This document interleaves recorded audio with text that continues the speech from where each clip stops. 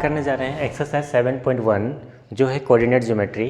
Coordinate geometry का question number 1 का 1 ये दो कोऑर्डिनेट दिया हुआ हम लोग को। ये कोऑर्डिनेट क्या होता है सबसे पहले ये हम लोग समझ लेते हैं। हमारे पास दो वैल्यू दिया हुआ है 2, 3 और 4, 1।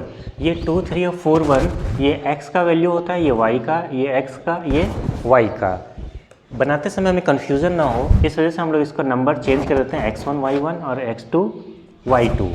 अब ये एक्चुअल में ग्राफ में कहीं ना कहीं एग्जिस्ट करता है, उसी के बीच का डिस्टेंस हम लोग को निकालने के लिए बोला जाता है।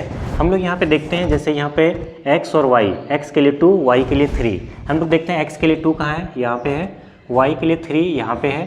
ये दोनों लाइन कहाँ पे जाके मिलेगा, तो इस पॉइंट पे मिलेगा। इस पॉइंट को हम लोग बोलेंगे 2, 3।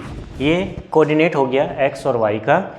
उसके बाद 4 और 1 दिया हुआ है, 4 x के लिए यहाँ पे है और 1 y के लिए यहाँ पे है। दोनों को जब यहाँ पे हम लोग मिलाएंगे तो इस पॉइंट पे मिलेगा, इसको बोलते हैं 4, 1 जो कोऑर्डिनेट हमें दिया हुआ है। अब ये जो पॉइंट है, इस पॉइंट से इस पॉइंट तक कितना डिस्टेंस हुआ, इसी को हम लोग को निकालने के लिए इस क्वेश्चन में बोला जाता है। तो इसको निकालने के लिए हमारे पास जो फॉर्मूला है उसे यूज करेंगे और हम लोग ये डिस्टेंस को निकालेंगे।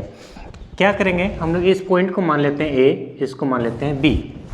ये दो पॉइंट दिया हुआ है, हमने पॉइंट को A, B मान लिया।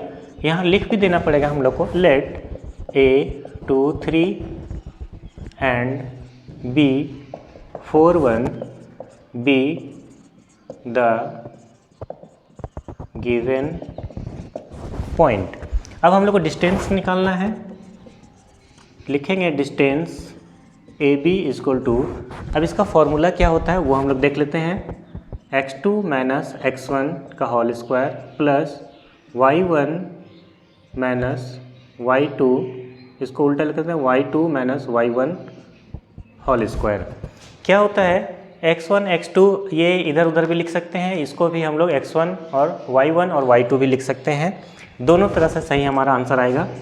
हम लोग अब वैल्यू पुट कर देते हैं x2 के लिए क्या है 4 माइनस 2 प्लस y2 के लिए क्या है, y2 के लिए 1 माइनस y1 के लिए 3। सिर्फ हमें यहाँ से वैल्यू देख देख के हमने पुट कर दिया।